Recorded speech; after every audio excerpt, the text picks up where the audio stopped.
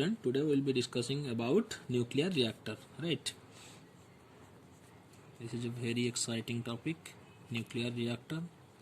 We will be discussing about the functioning of nuclear reactor and what are the parts that are used in the nuclear reactor, right? So as we discussed earlier, we have already known about the nuclear fission. So we can say that the concept behind this nuclear reactor is nuclear fission, right.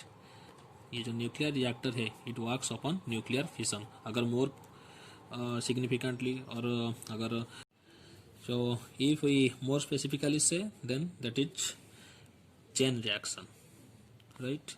in previous class we have already discussed about chain reaction. If we be more specific then that will be controlled chain reaction, but that should be in controlled mode, right? So if anyone asks you, so what is the concept behind nuclear reactor? That is controlled chain reaction. Okay, in controlled chain reaction we have already discussed कि there is a parent nuclei, right? There is a parent nuclei. After the bombardment of neutron with this parent nuclei, then it divides or it breaks into two daughter nuclei, right? These are the two daughter nuclei, and these daughter nuclei, with daughter nuclei there is also release of energy and also release of other neutrons. These other neutrons again cause the fission of the parent nuclei, and subsequently this fission process goes on. That's why we call that is the chain reaction, right? So what are the difficulties in this chain reaction generally we find? So today we will be discussing about that, what are the difficulties in chain reaction.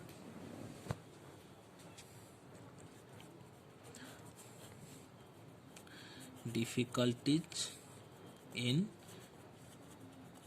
chain reaction. We will be discussing the difficulties and their solutions rather, ठीक है। तो first difficulty क्या है? ये जो fuel है, ठीक है, वो यहाँ पर जो फ्यूल यूज होता है, मतलब जो पेरेंट न्यूक्लियर होता है यहाँ पर, तो फर्स्ट डिफिकल्टी में फ्यूल जो यूज होता है वो यूरानियम 238 है। This is the naturally occurring uranium 238, ठीक है। तो यूरानियम 238 में दो आइसोटोप्स होते हैं। पहला आइसोटोप है uranium 238 and another isotope is uranium 235, ठीक है। ये जो नेचुरली अकरिंग यूरानियम है, नेचुरली अकरिंग यूरानियम है जो, उसमें से आपको दो आइसोटोप्स मिलते हैं, ठीक है, यूरानियम 238 एंड यूरानियम 235। ये यूरानियम 238 वो ज़्यादा अमाउंट में होता है, that is 99.3%, right. And uranium, the percentage of uranium 235 is very less और वेरी लिटिल, दैट इज 0.7%, ठीक है। तो डिफिकल्टी क्या है? अगर नेचुरली अकरिंग यूरानियम में यूरानियम 238 का आइसोटोप है, यूरानियम 235 का भी आइसोटोप है, और uranium 238 is more in number and uranium 235 is less in percentage, then what is the difficulty? Difficulty ये है कि uranium 238 always reacts with the first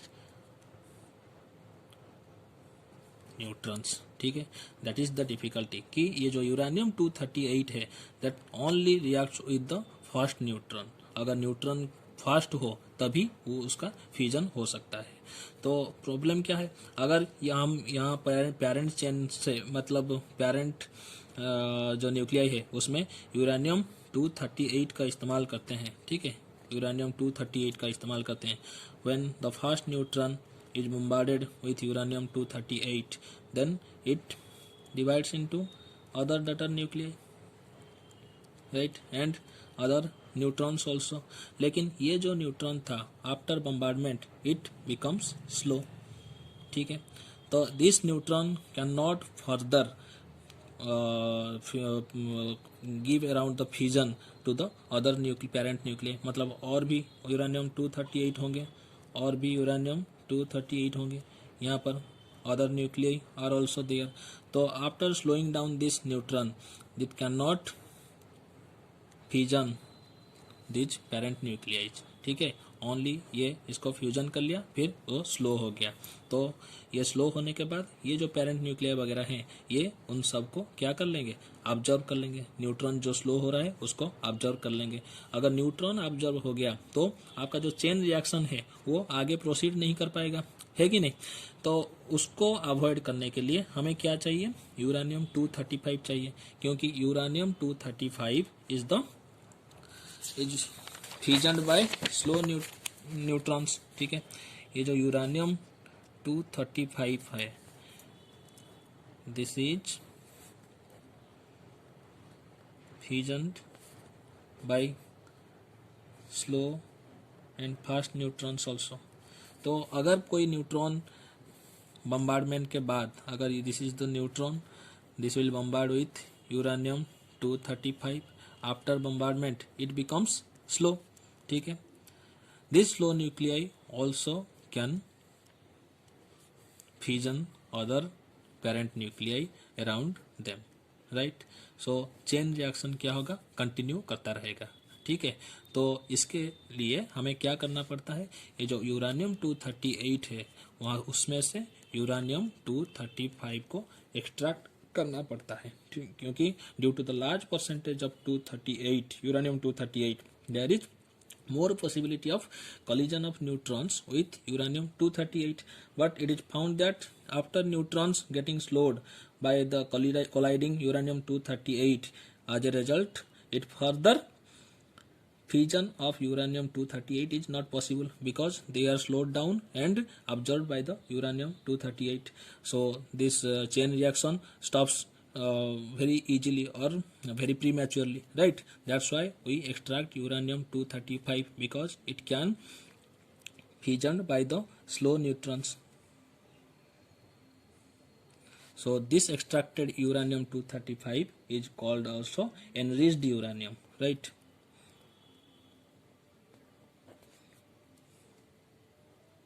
क्योंकि जो ऑर्डिनरी यूरेनियम होता है उसमें यूरेनियम 238 एंड यूरेनियम 235 सब मिलके रहते हैं, लेकिन अगर यूरेनियम 235 को हम एक्सट्रैक्ट कर लें तो that uranium is called as enriched uranium and it is fissible with the it is fusionable with the slow neutrons, right. So अगर ये स्लो न्यूट्रॉन एनरिच्ड यूरेनियम के साथ बम्बार्डमेंट हुए तो उनका चेन रिएक्शन क्या करेगा, आगे फर्दर कंटिन्यू कर सकता है। सो जो न्यूक्लियर रिएक्शन, हमें जो डिजायर्ड न्यूक्लियर रिएक्शन जो मिलना चाहिए था हमें वो मिल जाएगा। तो उसका सोल्यूशन क्या है कि नेचुरली अकरिंग यूरेनियम 238 से हम एनरिच्ड यूरेनियम मतलब यूरेनियम 235 को एक्सट्रैक्ट कर लें, so that it can fusion with slow neutrons to give us the expected results, right.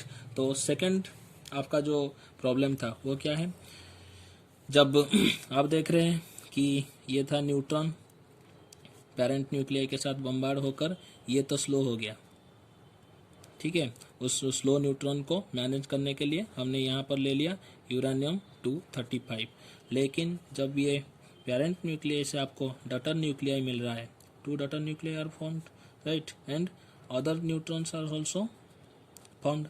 ये जो न्यूट्रॉन्स है, these neutrons are fast neutrons, ठीक है। तो यूरेनियम 235 जो है आपका, अदर यूरेनियम 235 यहाँ पर होगा यूरेनियम 235, यहाँ पर होगा यूरेनियम 235। ये जो फर्स्ट न्यूट्रॉन है ये सब इस यूरेनियम 235 को फ्यूजन नहीं कर सकते क्योंकि दीज आर फास्ट। तो इन फास्ट यूरेनियम को स्लो करने के लिए हमें क्या चाहिए होता है, मॉडरेटर को यूज करना पड़ता है, क्योंकि ये जो first neutrons are emitted by the bombardment of previously emitted neutron to the parent uranium nuclei, तो these first neutrons are slowed down by using the moderators, ठीक है। तो ये जो moderators यहाँ पर यूज किया जाता है, moderators are used to slow down the first neutrons। So some of the examples of moderators are water, heavy water, and graphite. ठीक है, water, heavy water, graphite etcetera. समझ में आया क्यों हम मॉडरेटर्स का यूज करते हैं? Because these fast electrons may be fuse this uranium 235 और मे नॉट। ठीक है, अगर ये ज़्यादा फास्ट हो जाए तो ये क्या कर सकते हैं, they can escape from the reactor without interacting U-235। ठीक है, ये जो यूरानियम 235 के साथ अगर इंटरेक्ट ना करके वो बाहर निकल गए तो हमें एक्सपेक्टेड रिजल्ट नहीं मिलेगा। We have to utilize the outgoing neutrons to their full extent. So हमें क्या करना पड़ता है, इन्हें स्लो डाउन करना पड़ता है। तो स्लो डाउन करने के बाद uranium 235 can easily capture or the neutrons, slowed neutrons can bombard with the uranium 235 easily so that they can carry out the fission process। तो हमारा चेन रिएक्शन क्या करेगा, कंटिन्यू होता रहेगा। ठीक है, for that we use moderators. The moderators generally used are called water, heavy water और graphite etcetera. ठीक है, so in case of Apsara reactor which is at Bhabha Atomic Research Center, Apsara Bhabha atomic research centre में जो nuclear reactor है उसे बोलते हैं अप्सरा reactor. ठीक है, वो कहाँ है, BARC, Mumbai, Bhabha atomic research centre Mumbai में है। वहाँ पर मॉडरेटर कौन सा यूज किया जाता है, वाटर। ठीक है, and heavy water is used, heavy water is used in other Indian reactors।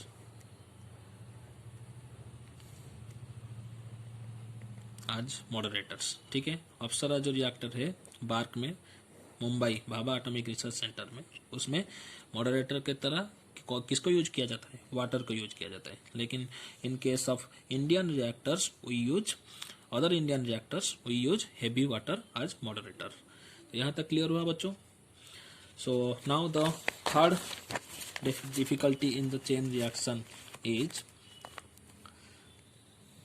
the chain reaction once started will remain। अगर chain reaction एक बार स्टार्ट हो गया तो वो क्या हो सकता है, it can remain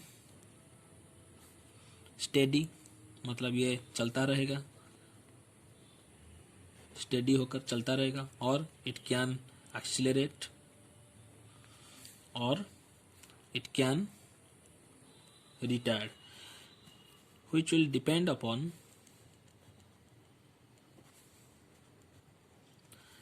neutron reproduction factor, neutron reproduction factor और मल्टीप्लिकेशन फैक्टर के। ठीक है, मतलब एक बार अगर आपका if once the reaction started then it may move steadily और इट मे एक्सीलरेट और retard, but it will depend, अगर ये स्टेडी रहेगा या एक्सीलरेट करेगा या रिटार्ड करेगा, that will depend upon the production of the neutron, right, जिसे बोलते हैं न्यूट्रॉन रिप्रोडक्शन फैक्टर और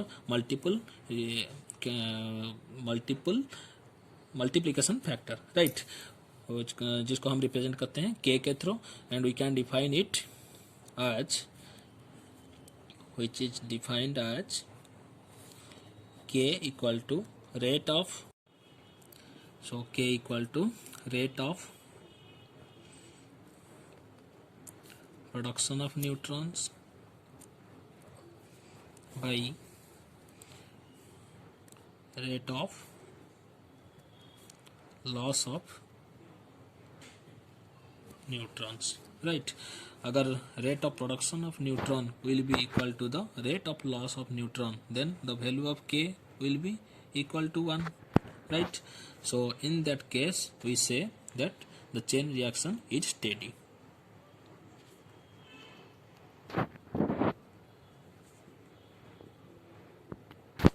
The size of the fission material, the size of the fissionable material used is said to be the critical size, and its mass is said to be critical mass, right। यहाँ पर जो fusion material का size होगा उसको क्या बोलेंगे, critical size, and the mass of the fusioning material will be called as critical mass, right. और अगर rate of production of neutrons will be greater than the rate of loss of neutron, then K will be greater than 1. तो in that case we say the chain reaction accelerates and resulting, अगर ये accelerate कर गया तो resulting in an explosion, right. तो अगर ये K greater than 1 हुआ then that would be very devastating and it can cause explosion in the nuclear reactor, right. तो हमें K हमेशा क्या रखना चाहिए, आइदर इक्वल टू 1 रखना चाहिए और we can say that K should be less than 1. अगर इक्वल टू 1 होगा या फिर K इज लेस देन 1 होगा तभी हमारा चेन रिएक्शन कंट्रोल रहेगा. If it will be greater than 1 then we can say there is a resulting explosion, right? So in this case when K is equal to 1 there was the size of the fissionable material was called as critical size, but when K is greater than 1 the size of the material in this case is called as supercritical, right? This is the case of atom bomb where we find a heavy explosion because the K is very greater than 1. मतलब rate of production of neutrons will be greater than rate of loss of neutron. वहाँ यहाँ पर production of neutron will be higher but loss of neutron will be less. ठीक है, that's why we are getting an accelerating chain reaction resulting in the explosion. In case of atom bomb we see this type of condition, right? And another condition is there when K will be less than 1. When K will be less than 1, when rate of production of neutrons will be greater than the less than the rate of loss of neutrons, right? अगर ये जो production of neutron घट गया rate of loss of neutron के comparison से तो हम क्या बोल सकते हैं कि K will B less than 1. So the chain reaction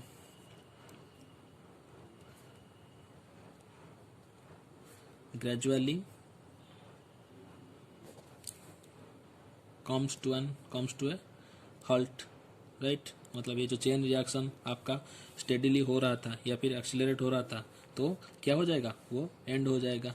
तो यहाँ पर जो साइज ऑफ द मटेरियल है उसे हम क्या बोलेंगे, सब क्रिटिकल साइज. ठीक है, तो K शुड बी K को जो लेस देन 1 के अंदर रखने के लिए हमें क्या यूज करते हैं, उसका सोल्यूशन क्या है. हाँ, तो सोल्यूशन क्या है, वहाँ पर हम कंट्रोल रॉड यूज करते हैं,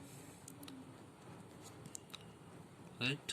ये जो रिएक्शन को कंट्रोल करने के लिए हम क्या करते हैं, कंट्रोल रॉड यूज करते हैं. जब we insert control rod inside the nuclear reactor then K becomes less than 1. जब हम कंट्रोल रॉड को बाहर निकाल लेते हैं then K becomes equal to the 1, right?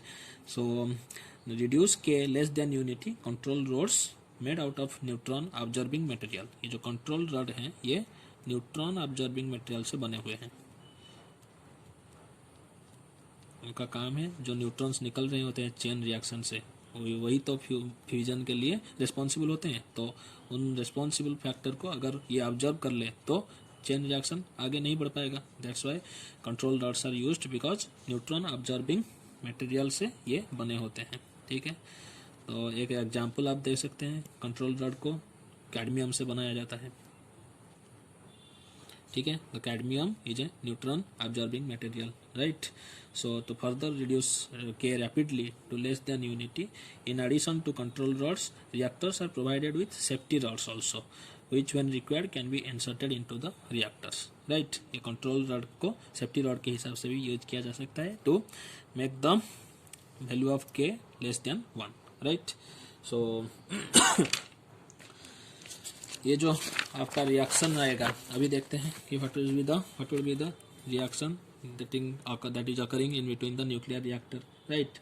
The more abundant isotope uranium-238 is naturally occurring uranium which is non-fissionable. ये जो uranium-238 है this is naturally occurring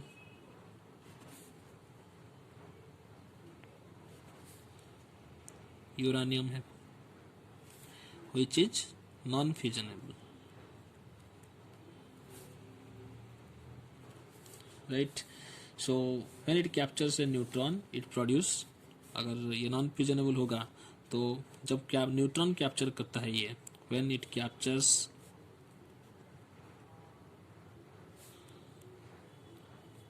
neutron, it produces the high radioactive plutonium through some reactions, right? Through these reactions जो मैं अभी लिखने वाला हूँ, पहला रिएक्शन क्या होगा, ये जो naturally occurring uranium 92-238 after bombardment with neutron, first neutron, ये क्या हो जाएगा, यूरानियम 239-92 अनस्टेबल कंपाउंड में बनेगा। फिर ये क्या करेगा, resulting in A daughter nuclei, इसे क्या बोलते हैं, हाई रेडियो एक्टिव प्लूटोनियम है ये, with the formation of beta minus particle, ठीक है। और this plutonium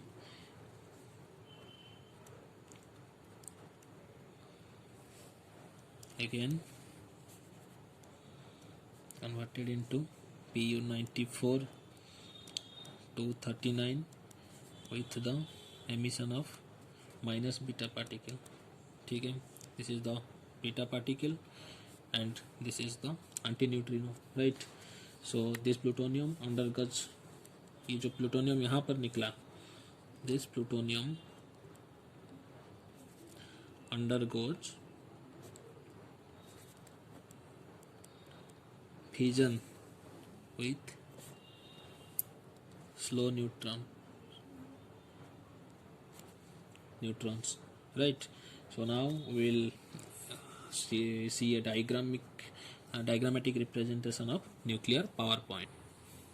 So students, this is a schematic diagram for nuclear power plant, right? This is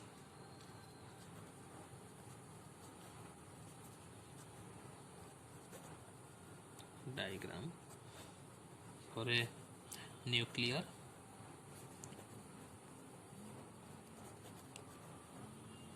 power plant. You can see here that there is a primary loop here and another loop is there, that is called secondary loop. In case of primary loop, what we see, there is a reactor core, right? And the reactor cores are provided with control rods so that we can limit the value of K. Previously I have told you that K should be equal to 1 so that we can say that the nuclear reaction will be steady, ठीक है। अगर वो by chance अगर uncontrolled हो जाता है, then we have the control rods to make it in control, right? तो after the nuclear reaction starts, then it evolves tremendous amount of energy, right? That energy is transferred by the cool water, ठीक है। यहाँ पर जो water है, ये cool water nuclear reactor के through pass किया जाता है एंड यहाँ पर जितना भी एनर्जी जनरेट होगा, it will pass to the cool water and the cool water becomes hot, ठीक है। and after the cool water becomes hot, it will become steam, ठीक है। it will converted into steam and the steam is high pressure and that high pressure steam is provided to a turbine, ठीक है। ये जो steam है ये इस turbine को क्या करता है, उसके हाई प्रेशर से उसे रोटेट करवाता है, ठीक है। Then it converts that heat energy into this mechanical energy and that mechanical energy is converted to the electric energy through the electric generator. That's how the nuclear energy is converted into electrical energy or electrical power, ठीक है। तो यहाँ पर जो steam high pressure में आ रहा था, इसको घुमाने के बाद that steam is cooled down through a steam condenser, right. यहाँ पर एक कूलेंट आपको मतलब हो सकता है कूलेंट में आपका नाइट्रोजन हो, लिक्विड नाइट्रोजन हो, वाटर हो या आइस्ड वाटर हो या CO2 हो या सिंपली एयर हो या फिर मोल्टन सोडियम एक्सेट्रा यहाँ से आपको इन किया जाता है। तो यहाँ पर जितना भी हाई प्रेशर और हीट वाला स्टीम है वो क्या होता है, due to the presence of coolant वो क्या हो जाता है, ठंडा हो जाता है जल्दी, इट बिकम्स कूल। ठीक है, फिर वाटर में कन्वर्ट हो जाता है। That water is again became cool by the high pressure, providing high pressure through a pump, and that cool water is again recycled through the reactor core and water becomes hot, steam, and then this process goes on. ठीक है, so I think you have understood how this nuclear reactor works. So now we will understand about the parts of nuclear reactor. I have already discussed previously, still I am again reminding you what are the parts of nuclear reactors. At first, in the parts of nuclear reactor, parts of nuclear reactor, right? At first, we will see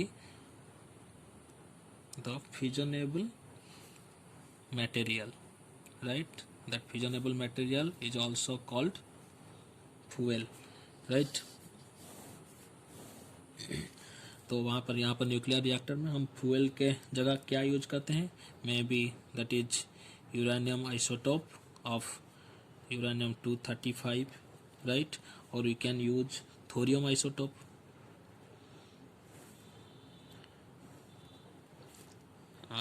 thorium 232, right, and we can also use plutonium isotope. Plutonium isotope में कौन सा isotopes हैं, Pu-239 और Pu-240 और we can use Pu-241. In previously I have shown the nuclear reaction where plutonium is used, right? So these are the most commonly used fuels.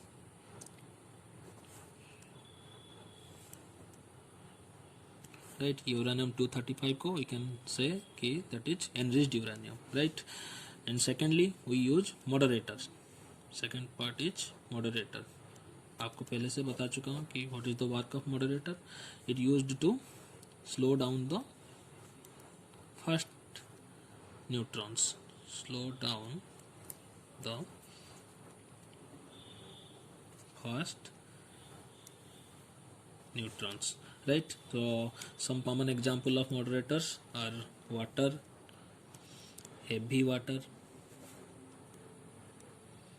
और heavy water को chemical formula D2O, right, and graphite we can also use as moderator, and also you use beryllium oxide.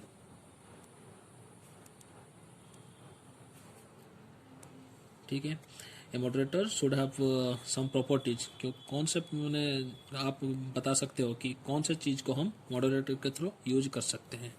It should have some properties, right. So a moderator should follow the properties like low molecular weight. A moderator should have low molecular weight, right? And at option second option we can say that it should not absorb neutron. ये जो moderator हम use करें वो neutron absorbing material नहीं होना चाहिए, because if they absorb the neutron then the chain reaction will be stopped, right. उसका काम क्या है, सिर्फ स्लो डाउन करना है, लेकिन न्यूट्रॉन को ऑब्जर्व नहीं करना है, ठीक है। And third property is it should undergo elastic collision with neutrons and reduce their speed, right। और थर्ड प्रॉपर्टी क्या है, it should undergo elastic collision. That should be elastic in nature, जहाँ पर आपका ये जो एनर्जी है वो क्या लॉस होने की जरूरत नहीं है, ठीक है। यहाँ पर energy loss should not be there, that's why it is called elastic collision. Elastic collision is that type of collision where no energy is lost, right. तो यहाँ पर न्यूट्रॉन का जो एनर्जी है वो लॉस होना नहीं चाहिए, सिर्फ उसका क्या वेलोसिटी चेंज होना चाहिए, मतलब उसका ज़्यादा वेलोसिटी होगा उसे वो क्या करेगा, स्लो डाउन कर लेगा, ठीक है। Then third part that is used in nuclear reactor is control rods. I have already discussed about the control rods and what are their work. तो control rod क्यों चाहिए? To decrease the rate of reaction. To decrease तो नहीं बोल सकते, to control the rate of reaction, right? क्योंकि ये control भी कर मतलब डिक्रीज भी कर सकता है और इंक्रीज भी कर सकता है। So to control the rate of reaction by inserting और विथड्रॉइंग, राइट। अगर आप उसे न्यूक्लियर रिएक्टर को ऐसे इंसर्ट करो तो क्या होगा, न्यूक्लियर कंट्रोल रोड्स को अगर ऐसे इंसर्ट करें न्यूक्लियर कोर के अंदर तो the chain reaction will be the rate of chain reaction will be decreasing and gradually it will be a halt process, right। वो स्टॉप हो जाएगा। लेकिन अगर इंसर्टेड कंट्रोल रॉड्स का अगर हम बाहर निकालेंगे तो क्या होगा, फिर से ये न्यूक्लियर रिएक्शन स्टार्ट हो जाएगा, ठीक है। Because the property of the control rod is to observe the neutrons produced in the chain reaction, right. अगर न्यूट्रॉन को वो ऑब्जर्व कर लेगा तो चेन रिएक्शन आगे प्रोसीड नहीं कर पाएगा, ठीक है। तो फोर्थ चीज जो है वो coolant, fourth part is coolant. तो कूलेंट का काम क्या है, it is a cooling material, ठीक है। जो मैंने बताया अभी आपको, कूलेंट यहाँ पर यूज हुआ था डायग्राम में, यहाँ पर जो कूलेंट यूज हुआ था to cool the high pressure steam to the water, ठीक है। तो यहाँ पर जो स्टीम को कूल करके वाटर में कन्वर्ट किया जा रहा है, यहाँ पर कूलेंट का काम वही है। It is a cooling material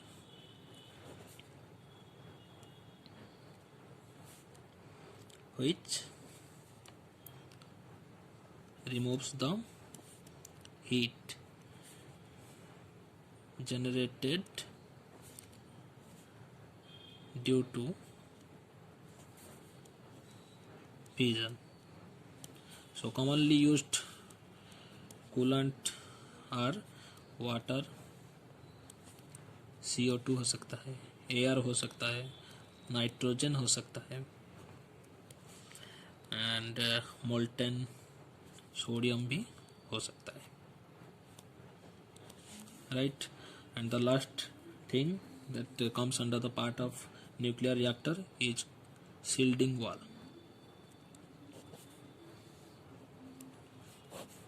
जैसे कि आप यहाँ देख सकते हो in the figure,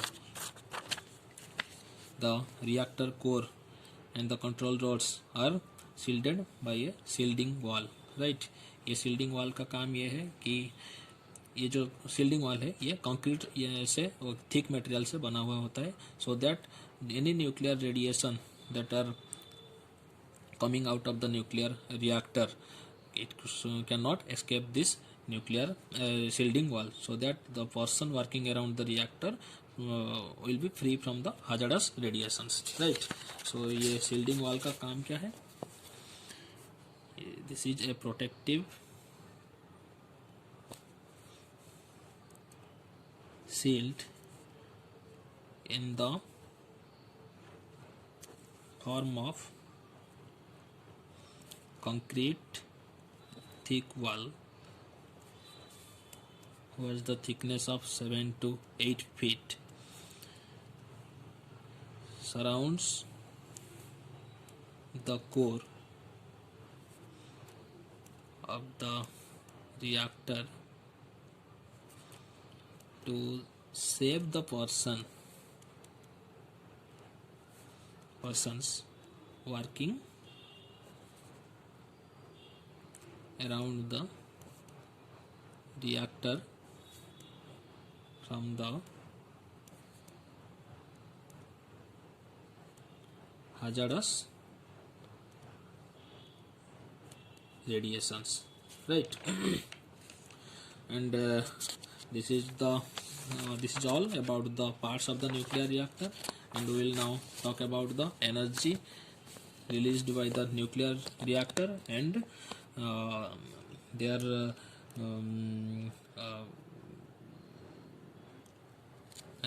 radioactive wastes, right?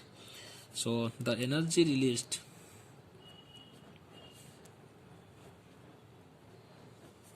in nuclear reactor is million times larger than the energy released in a chemical reaction. Chemical reaction में जितना एनर्जी आपको मिलता है उससे कहीं ज़्यादा एनर्जी आपको न्यूक्लियर रिएक्शन से मिलता है, ठीक है। But the problem in this nuclear power station is spent fuel, मतलब आपका जो फ्यूल यूज करते हैं आप, वो स्पेंड होने के बाद ये जो फ्यूल का रेडियो एक्टिव वेस्ट बच जाता है, that is very much problematic for the people, ठीक है, क्योंकि that is very radio active in nature and extremely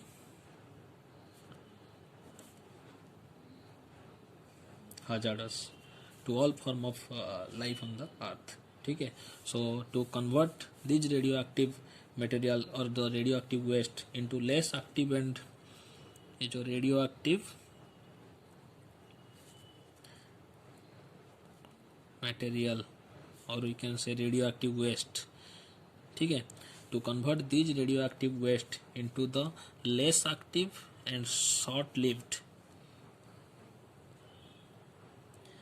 short lived material में कन्वर्ट करने के लिए जो चीज़ चाहिए that is actually very major challenge, ठीक है। इसको रेडियो एक्टिव मटेरियल वेस्ट को हम लेस एक्टिव कैसे बनाएंगे या शॉर्ट लिव्ड कैसे बनाएंगे, that is the major challenge in nuclear energy. So I think we have all understood about the nuclear reactor. That's all for the today.